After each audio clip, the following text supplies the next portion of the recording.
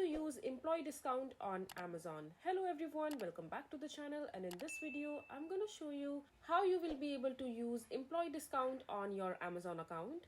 So as you all know that Amazon employees have different options and discounts available, have additional benefits that a regular user doesn't have.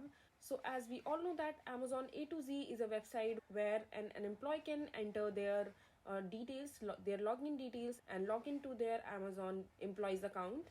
And once they log into their Amazon employee account, they need to add the discount code and coupons that they have available or the company had provided them. And once you log in into your Amazon A to Z account, then you have to come back to your Amazon account, and after that just select any of the product that you would want to buy from your Amazon and just put that product into your cart. And once you're in your cart, you need to proceed to checkout. And when you go to the checkout page, there you will be able to access the different payment method options. You just have to select your address first, and in the payment method option you will be able to see your Amazon employee discount option, where you have to go ahead and select the details from the account that you have logged in into your Amazon A to Z account.